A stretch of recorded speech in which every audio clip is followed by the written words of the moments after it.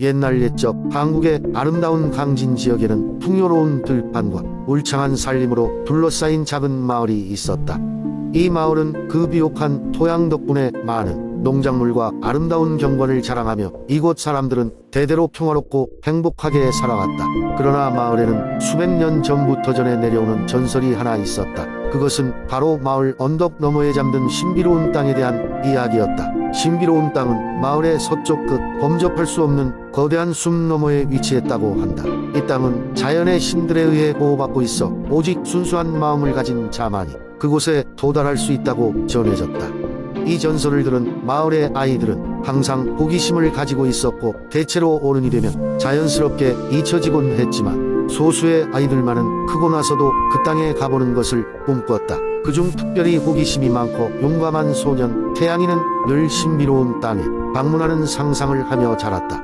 그는 자연을 사랑하고 동물들과 친구처럼 지내며 언제나 마을의 자연 보호 활동에 앞장섰다. 그의 마음은 순수했고 언제나 정의롭기를 바랐다. 그러던 어느 날 태양이는 결심했다. 이번 봄에는 꼭 신비로운 땅에 가볼 거야 하고 말이다. 태양이는 마을 노인들에게 가서 신비로운 땅에 대해 더 많은 이야기를 듣기 시작했다.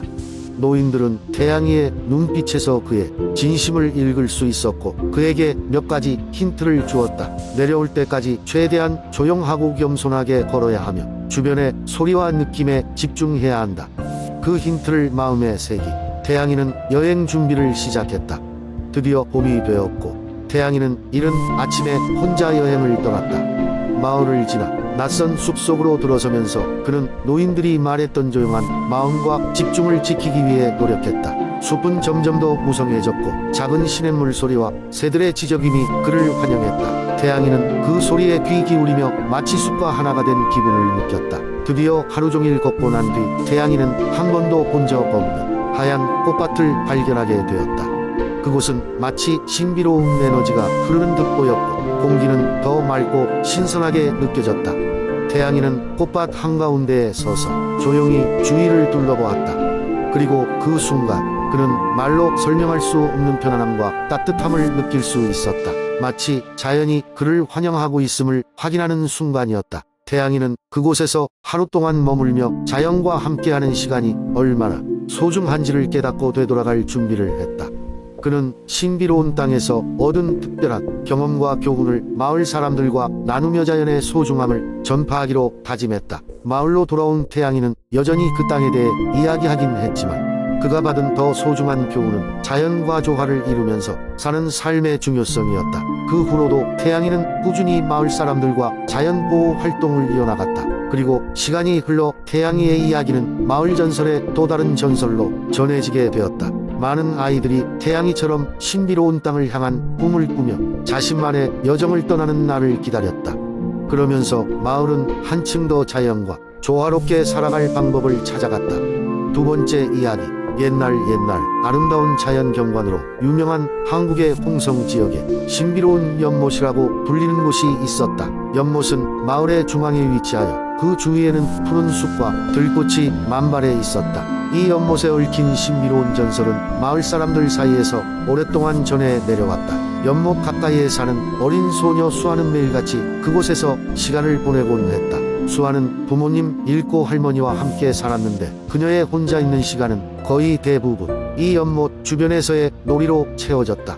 그녀는 연못 옆에 오솔길을 따라 하늘 높은 줄 모르고 뛰어다니며 나뭇가지를 꺾어 목걸이를 만들기도 하고 나비를 따라 숲속 깊은 곳까지 가보기도 했다.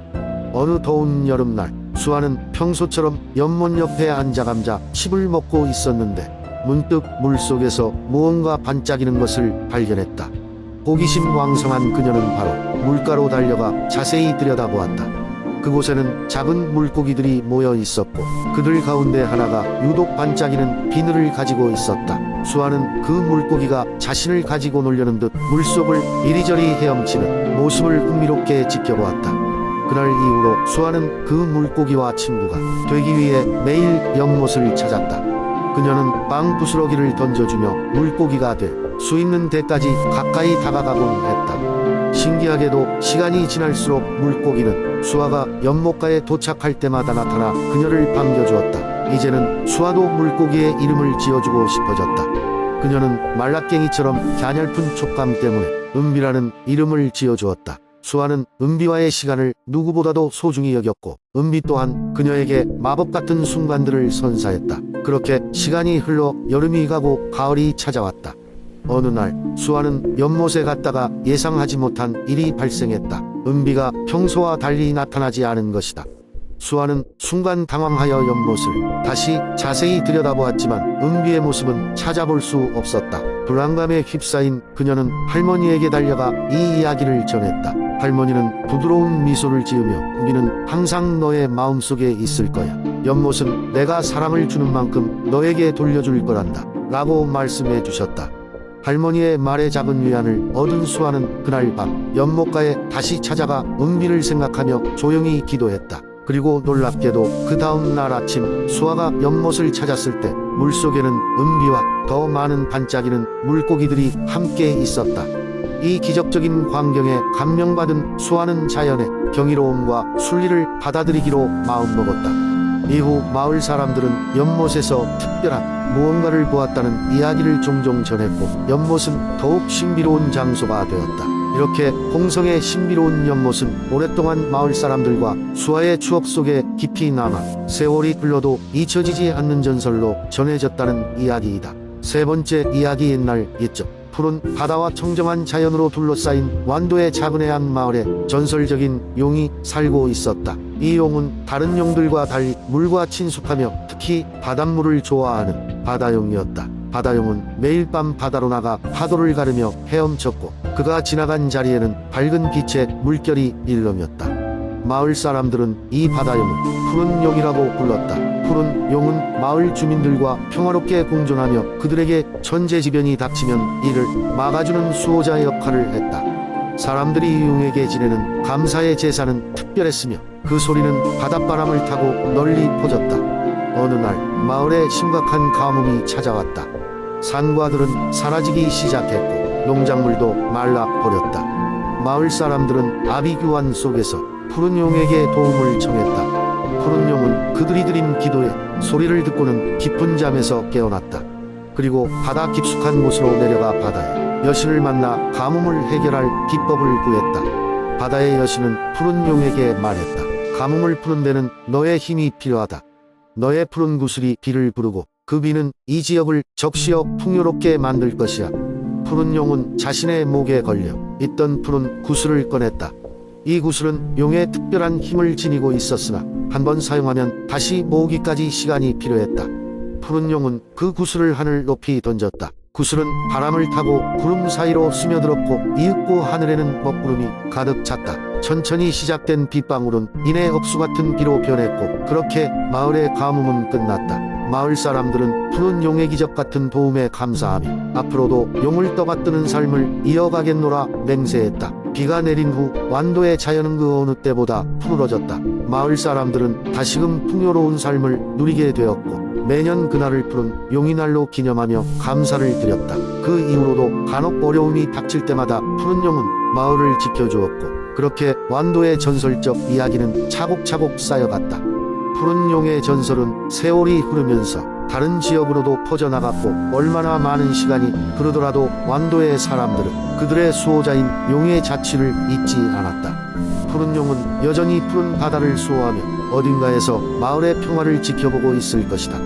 네 번째 이야기. 옛날 옛적 한국의 양산 지역은 넓은 평야와 우거진 숲으로 가득한 곳이었다. 이 지역은 자연의 신비로운 기운이 감도는 곳으로 유명하여 매년 많은 이들이 찾아오곤 했다. 그 중에서도 가장 유명한 것은 바로 두만강의 구슬이라는 전설이었다. 양산 마을의 중심에는 두만강이 흐르고 있었다.